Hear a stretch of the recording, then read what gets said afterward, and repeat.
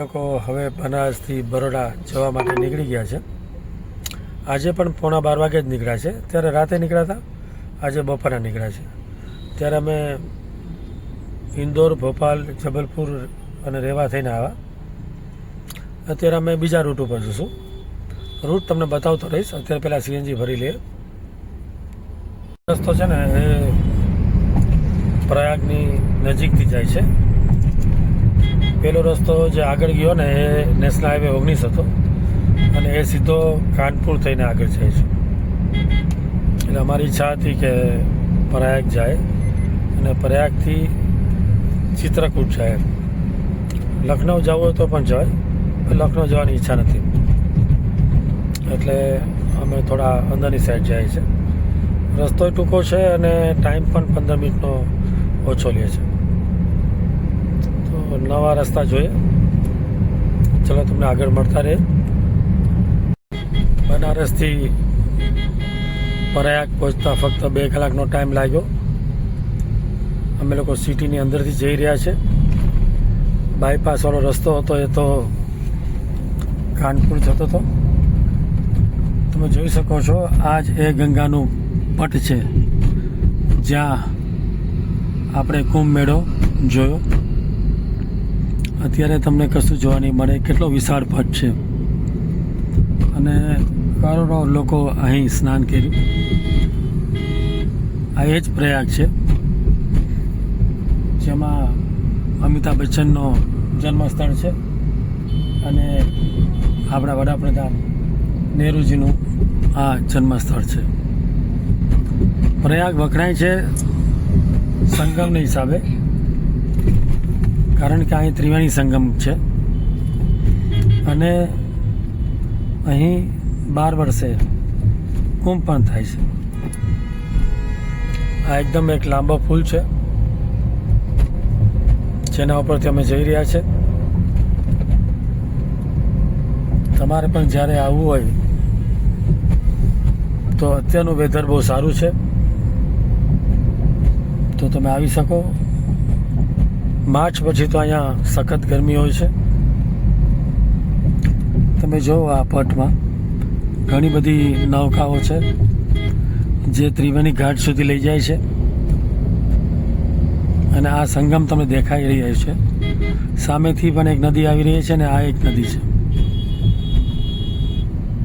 એટલે પ્રયાગનું મહત્વ ઘણું બધું છે.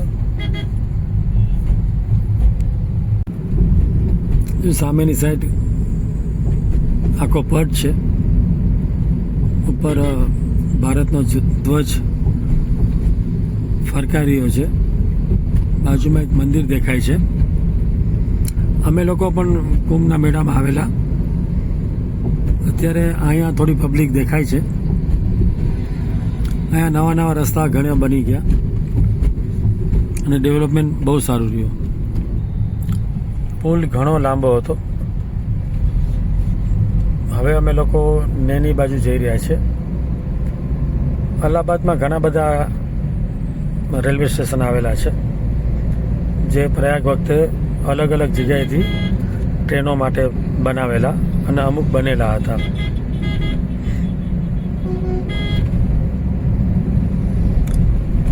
આ જગ્યા પણ મને થોડી જાણીતી લાગે છે કે અમે લોકો અહીંયા આવેલા. આ આખો વિસ્તાર છે કુંભ માટે બનાવેલો જ વિસ્તાર છે અને ઘણો મોટો વિસ્તાર છે. હા, એવું જ છે. જો આપણે હવે જશું ને એની બાજુ સીધું જશે તો રીવા આવશે. સામેની સાઈડ સરસ મજાનો બ્રિજ છે. તમને મેં ગંગાના દર્શન કરાવ્યા.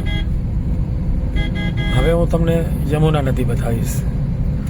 યમુના નદી એટલે આગ્રા અને દિલ્હીથી આવતી, જ્યારે ગંગા એટલે હરિદ્વારથી આવતી. આ બંનેનું મિલન એટલે આ પ્રયાગ.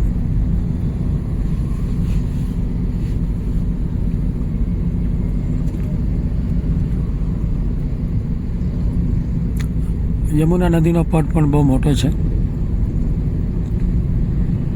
અને આગળ જ ત્રિવેણી સંગમ છે.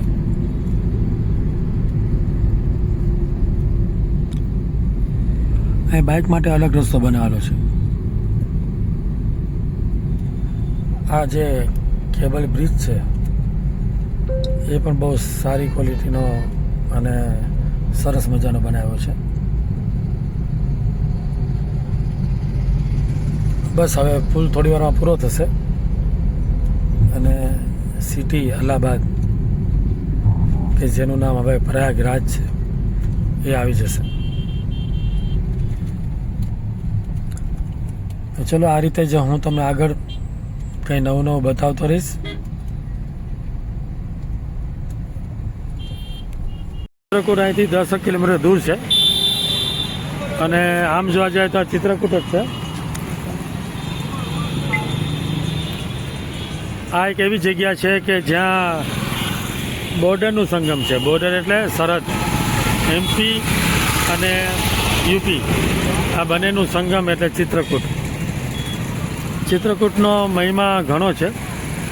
અહીંયા ફરવાલાયક ઘણી જગ્યા છે. રામાયણમાં પણ આનો ઉલ્લેખ છે. તો ચિત્રકૂટ તમારે જરૂરથી આવવું છે. અમે લોકો સમોસા શોધી રહ્યા છે કે મળી જાય તો. આ ચિત્રકૂટનો રામઘાટ છે.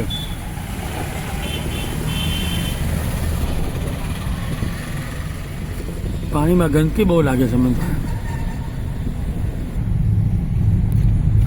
થોડું ડેવલપ નથી આ ગામ એવું લાગે છે. બિલકુલ નહીં, બિલકુલ ડેવલપમેન્ટ. પણ લોકો આવે છે ટુરિસ્ટ ઘણા. લોકો ધર્મશાળામાં ને એમાં રહેતા હશે મને એવું લાગે. હોટલો મસ્ત મસ્ત છે. તો થોડી આઉટસાઇડ હશે. એ તો છે જ. ચિત્રકૂટ પેલું અંદરની સાઈડ વહી ગયું, અહીંયાથી લેફ્ટ સાઈડ. અહીંથી ઝાંસી કેટલું બધા? ઝાંસી હજી આપણે આગળ જવાનું છે, લગભગ 200ની ઉપર છે. રાતે 9 વાગ્યાની આસપાસ આપણે પહોંચશું એવું બતાવી રહ્યું છે. વિડીયો ચાલુ છે? હા, વિડીયો આપણો ચાલુ જ છે. અને અહીંયા ધાબળા ને એવું બધું બહુ મળે છે. આપણી પાસે ગાડીમાં જગ્યા ઘણી છે. 2 જણા જ છે એટલે કોઈ છે નહીં. તો આપણે કંઈ લેવું હોય તો લઈ જઈ શકીએ. ને કોઈની ચિત્રકૂટથી ડાયરેક્ટ બરોડા આવવું હોય તો પણ આવી જાય. બરાબર ને? જલ્દી ટેગ કરો કે? હા, હમણાં જ તમે જણાવો. ચિત્રકૂટમાં કોઈ ફસાણ હોય, ટ્રેન મળતી ના હોય તો આપણે લઈ જાય. સાંજે 5 વાગ્યાનો ટાઈમ છે અને સૂરજ કહે છે કે હું ડૂબી રહ્યો છું. ખરેખર 6 વાગ્યા પછી તો અંધારું થઈ જાય છે. એટલે આ જંગલ જેવો રસ્તો કાપવો જરા જરૂરી છે. અમે લોકો પ્રયાગ જ્યારે ગયા ત્યારે CNG ભરાવાનું હતું, પરંતુ રોંગ સાઈડ આવેલું તો અમે ન ભરાવી શક્યા. પછી એમાં રસ્તામાં થોડું પેટ્રોલ પર ગાડી ચડાવી પડી. ચિત્રકૂટમાં અમને જે CNG મળ્યું છે એ પણ બહુ ઓછા પ્રેશરનું મળ્યું છે. તો આ રૂટ ઉપર આવો તો જરા ચેક કરી લેજો. ખાસ કરીને તમારે આવવું હોય તો વાયા કાનપુર થઈને આવવાનું.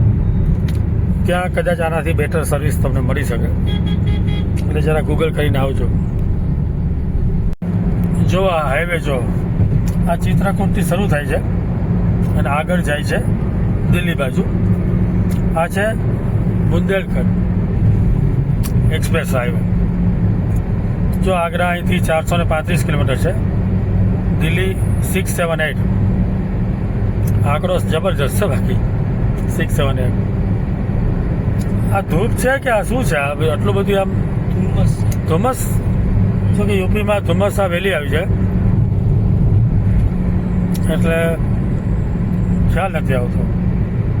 આગ્રાથી પેલો રસ્તો બહુ મસ્ત છે. કેમ એક એક્સપ્રેસ હાઈવે જેનું આમ મને નામ નથી યાદ આવતું. એ પણ બહુ જબરજસ્ત છે. હા હા, કાનપુર તો જાય જ છે. રસ્તો તો જોરદાર છે. આ રોડ પર કંઈ મળે નહીં આપણે રોડ સિવાય. એ નક્કી વાત છે. આ બાજુ સુરત ડૂબી રહ્યો છે ને આ બાજુ કશું નથી. બસ તમારામાં દમ હોય એટલી સ્પીડે ચલાવો. ટોલ નાકું આવી રહ્યું છે. હા, ટોલ નાકો પર આવશે, કારણ કે આ લોકો એમને ફ્રીમાં તો લઈ જવા નથી. આ નવો જ બન્યો છે ને પાછો, એટલા માટે. ભાઈ ગાડી ફૂલ સ્પીડમાં ચાલે છે બુંદેલખંડ એક્સપ્રેસ હાઈવે ઉપર. અમે લોકો નીકળ્યા 12:15 વાગે, અત્યારે 6:45 થયા છે, એટલે કે 7 કલાકનો આ રસ્તો જે બનારસથી શરૂ થયો અને આ રોડ પૂરો થશે ત્યાંથી અમે ઝાંસી જશું. મેઇન વાત આ કહેવા માટે એ હતી કે 450 કિલોમીટર અમે કાપા ફક્ત ને ફક્ત 7 કલાકમાં. તમે ગણતરી કરી લેજો, 450 કિલોમીટર વાયા પ્રયાગ, ચિત્રકૂટ અને ચિત્રકૂટથી આ એક્સપ્રેસ હાઈવે, જેના ઉપર વાહનો બહુ ઓછા છે, સ્પીડ વધારે છે. અને ટોલ ટેક્સ કેટલો આવે છે એ તો બહાર નીકળશું ત્યારે જ ખ્યાલ આવશે. તો ફક્ત 7 કલાકમાં 450 કિલોમીટર. જ્યારે તમે પ્રયાગ કે કોઈ બનારસ જવાના હોય બાય રોડ, તો આ વસ્તુ ખાસ ધ્યાન રાખજો. 7:15 જેવો ટાઈમ છે. અમે લોકો અહીંયા પટેલના પંપ ઉપર આવેલા. સીએનજી તો મળતું નથી, પરંતુ પેટ્રોલ ભરાવી લીધું અને એને કીધું કે અહીંયા બાજુમાં સરસ મજાનો ધાબો છે, જમવાનું 1 નંબર મળશે.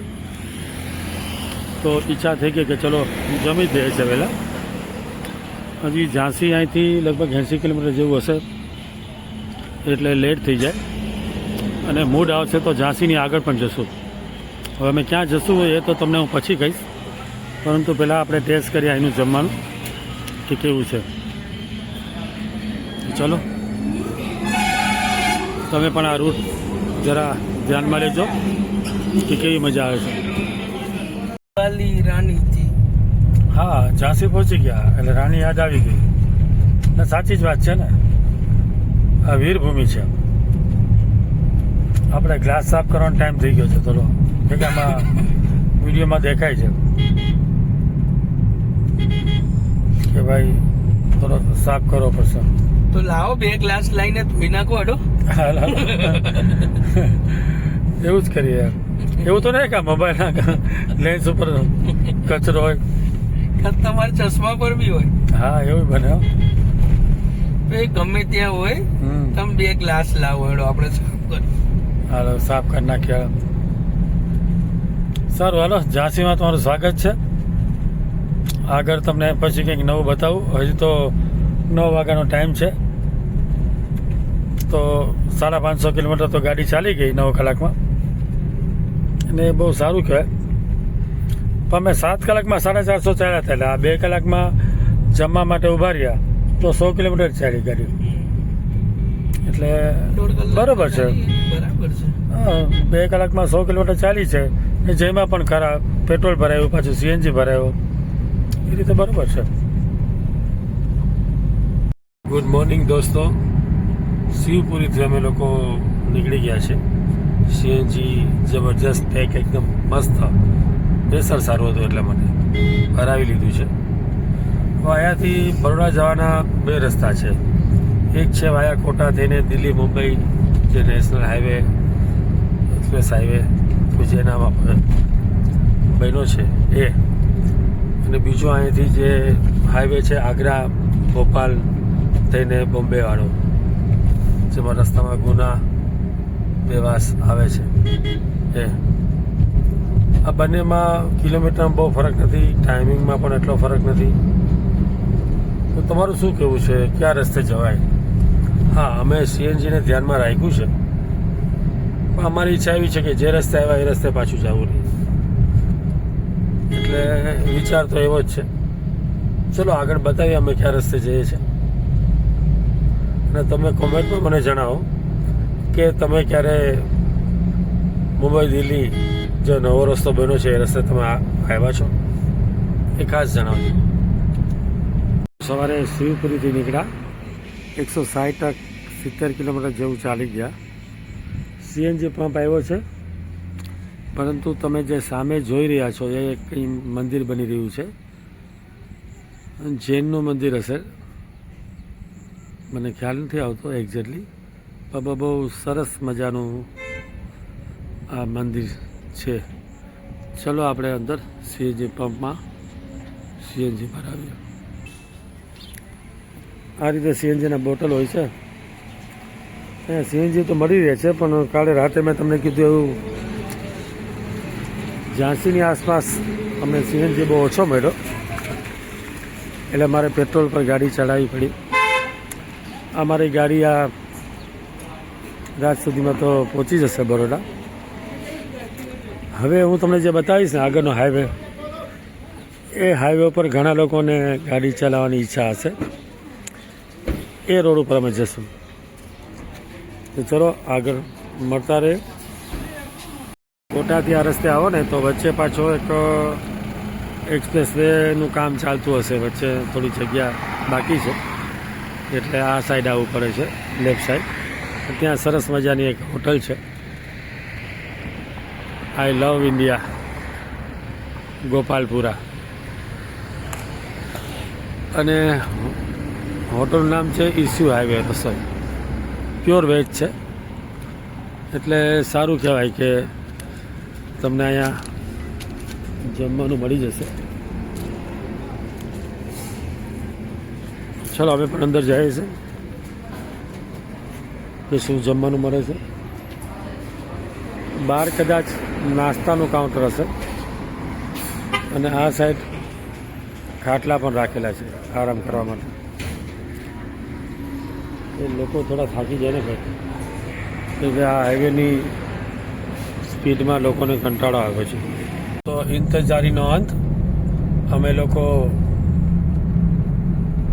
પહોંચી ગયા છે એક એવા એક્સપ્રેસ વે ઉપર જે માટે લોકોને ઇંતજાર હતો. હજી આ રસ્તો પૂરો તો નથી થયો પ્રોજેક્ટ માટે, પરંતુ આ પ્રોજેક્ટ છે મુંબઈ દિલ્હી એક્સપ્રેસ વે વાયા વડોદરા, 6 લેન. તમે જુઓ કેટલો સરસ મજાનો છે. ના 6 છે, 1 2 ને 3, આમ તો 8 લેન છે. 4 આ બાજુ 4 પેલી બાજુ, એટલે 8 લેન છે આ. એટલે બહુ સારું કહેવાય ને 8 લેન રોડ. એટલે સામે બોર્ડ આવી રહ્યું છે વડોદરા ફક્ત ને ફક્ત 457 કિલોમીટર. તમે આ રોડ પર ચાલો ને એટલે 6 કલાકમાં પહોંચી જાઓ બરોડા, મારી દ્રષ્ટિએ. એટલો સરસ મજાનો છે, પણ છેલ્લે સુધી આ રોડ બન્યો નથી, એટલે અમારે થોડું દાહોદ બાજુથી કટ મારવી પડશે. તમે ક્યારે ગયા છો આ રોડ ઉપર તો કોમેન્ટમાં ખાસ જણાવજો, અને ગયા છો તો ક્યાં સુધી ગયા છો એ પણ ખાસ કહેજો. આપનું સ્વાગત છે.